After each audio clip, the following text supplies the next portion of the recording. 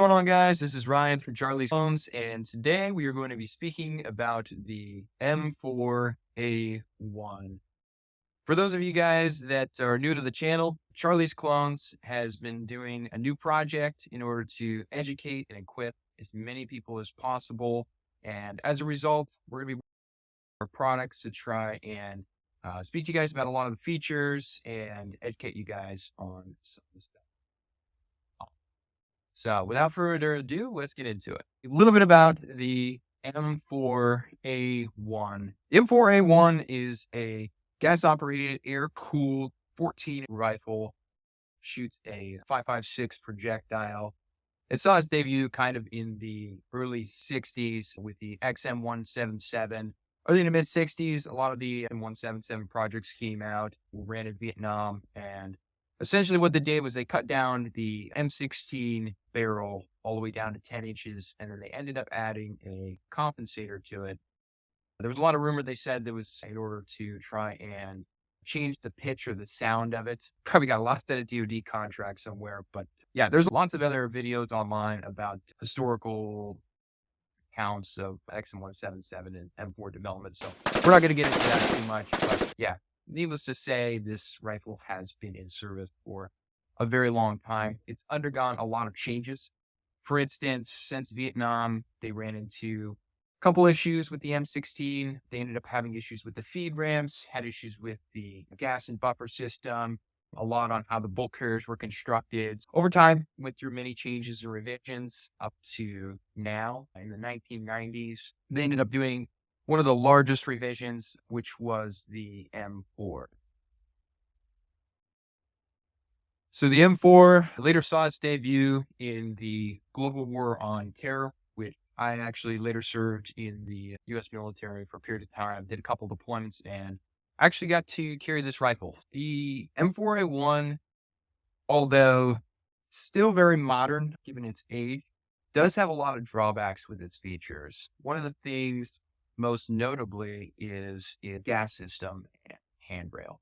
Given the fact that this thing doesn't have much recoil, it is nice to be able to get behind it a little bit and be able to reach out my hand all the way.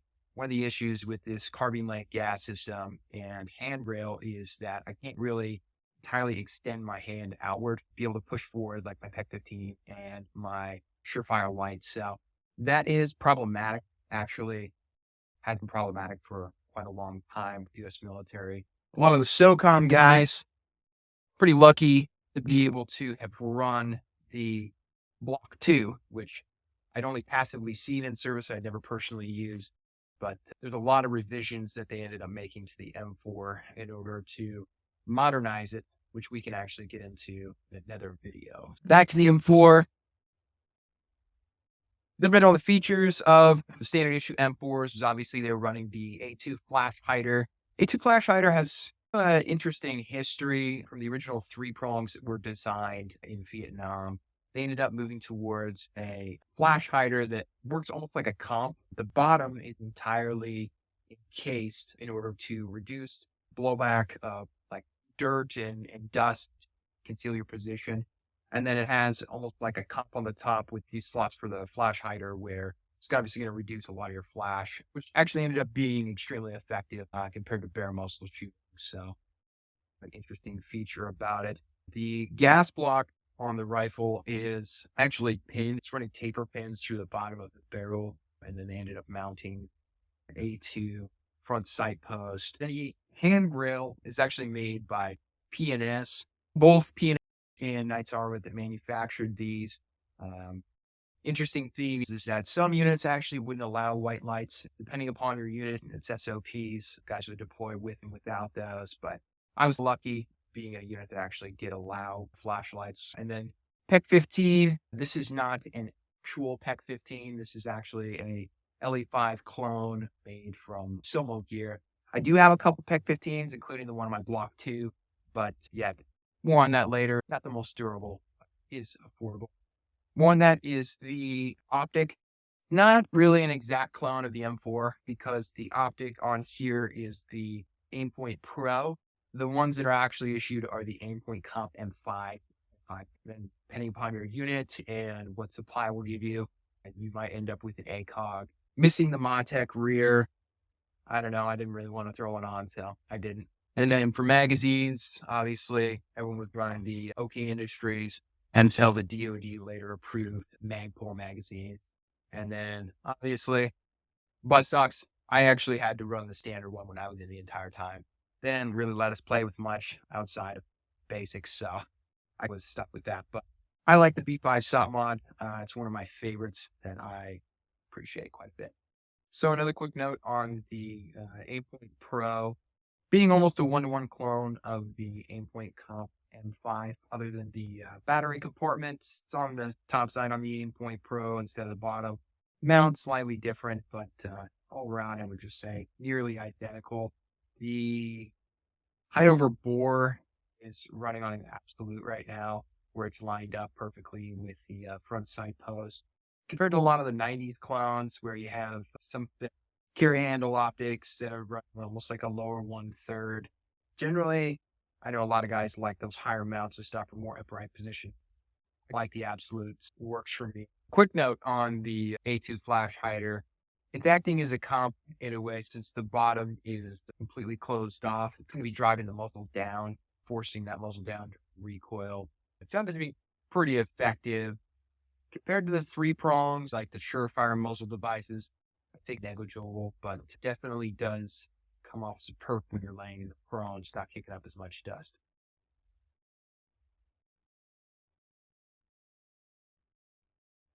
So as for some other features, there were units such as a lot of Morsock units that allowed the ergo before the Block 2 was actually devised. So what it does is it actually mounts in front of the handrail over the front sight post. One of the issues with this, though, was that although you could stretch out your length of pull, it made it pretty difficult in order to hold a lot of zeros on your laser units, such as your PEX. So a lot of guys were seen actually maintaining their PEX on their Knights rails or PNS rails, and then pushing their lights forward and then being able to maintain that forward position. All right, so transitioning from there, a lot of these triggers that were issued were not exactly the best. They were pull weights generally 4 to 7 pounds, not really one specific. I noticed the ones that were a little more salty generally were pretty worn in, obviously were unloaded. Go, anyone? Not anybody. The triggers on these were generally about 4 to 7 pounds. I ended up putting a Geisley A trigger in mine. It's actually one of my favorite triggers because it's a 2-stage trigger that kind of balances out the first and second stage. Almost feels more clean and crisp, like a single stage when it needs to be, but you can walk forward and back on the wall of the trigger. It is a 4.5 pound trigger, so it has a 2.5 pound, 2 pound break. Allows me to get on that trigger and then break the wall when it does. Forward reset, complete break. But a lot of those triggers that I was issued when I was in, pretty good. They just had to be worn in a little bit, get used pretty well. They were not. That trigger, I actually ran into some issues, some malfunctions with the lower receiver, believe it or not. This lower receiver has about 2,500 rounds on it. Most of it initially being steel case because I shot ammo on a budget. Bought it cheap, stacked it deep, like 18 cents a round. Yeah, that is what it is. But had dedicated training in duty rifles. My philosophy, everyone's different. This thing, needless to say, was extremely dirty.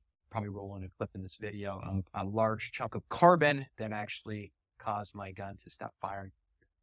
Yeah, portion of that is on me because I didn't clean that lower enough. Update, ended up looking into the trigger issue. Turned out to be a massive piece of carbon. That's why you should always clean your guns, guys. Other than that, I actually ran this upper pretty well, shooting it for the past couple months.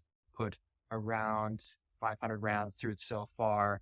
I have other uppers that are far more salty, far more rounds, but it's nice for being a build. Shooting approximately 1.25 inch groups with PMC X at 100 yards. Zeroed it pretty quick, was managed to adjust it with windage, but elevation was pretty much good. And then ran it for an afternoon. Definitely liked that. We're pretty close. So the extra 5 clicks, Took us over that extra like 3/4 inches for 25, about 2.6 inches low at 25. So that'll give us a 50 meter zero adjusted for 25.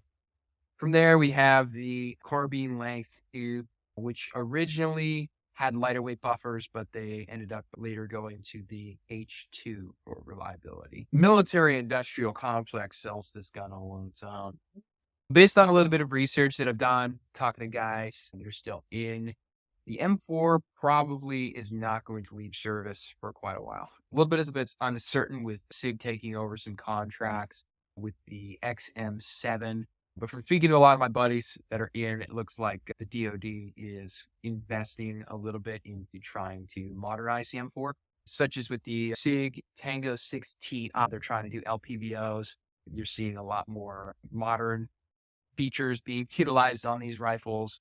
More units are allowing white lights, butt stocks, magpul, mag, stuff like that. So future's kind of uncertain with that. Also have development of the M8, which has been a long time coming. There's been a lot of failures with the M855 round that have been documented.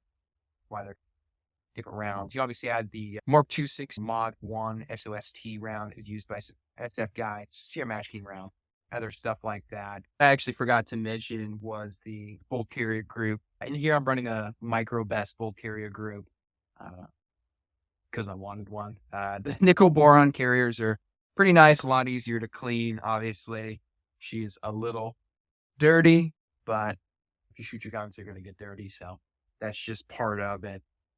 Also, spray painting your guns. Everyone should spray paint their guns. A little more on this clone.